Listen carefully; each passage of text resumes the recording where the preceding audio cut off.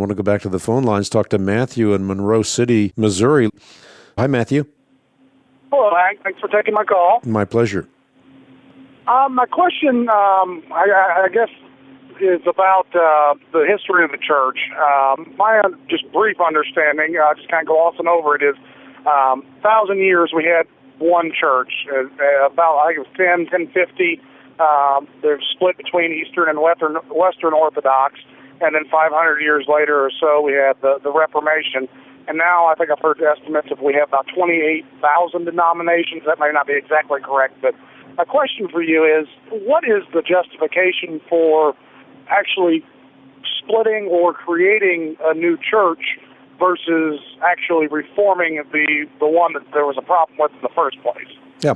Well, what is the church? I mean, the church is, in essence, a gathering of people who are living stones in the temple of God. So what happens when someone becomes a believer is that they are baptized, and in being baptized, they're saying, I'm now identifying with Jesus Christ, and not in isolation, but I'm taking up my cross and following Jesus Christ in a community of saints. And that community of saints is also gathered together in communion. As we eat the bread and drink the cup, we are demonstrating the reality of our communion with a community of saints. So the church is a gathering of people who believe that Jesus Christ is Lord and are willing to follow him as true reproducing disciple makers. Now, what's happened is that we have unnecessarily divided ourselves based on secondary issues,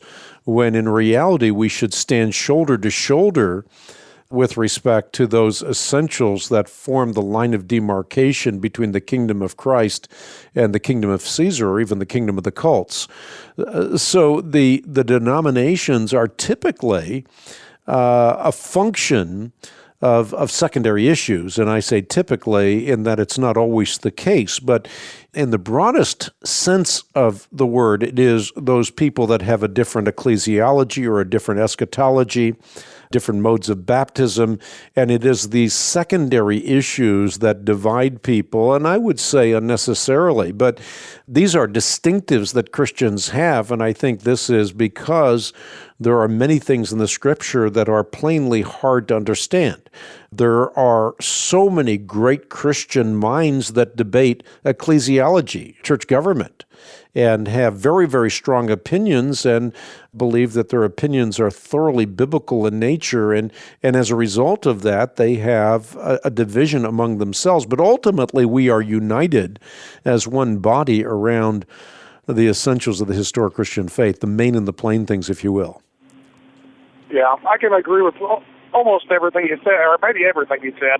I guess the follow-up question to that is, didn't St. Paul warn us against basically this exact same thing? Is, I can't remember who exactly said, but, talking about, well, I follow this person and I follow this person, like he even included himself and maybe John the Baptist in there, and warned about the dangers of that type of division? Well, I think so. And not only that, but he even goes beyond that to saying that not only are there divisions because we inordinately follow people and set them up as our exemplars rather than setting Christ up as the exemplar, but we also follow people who are leading us into false doctrine. That's why he said even among your own numbers, men will arise and distort the truth in order to draw away disciples after themselves. So be on your guard. Remember, for 3 years I never stopped warning each one of you night and day with tears.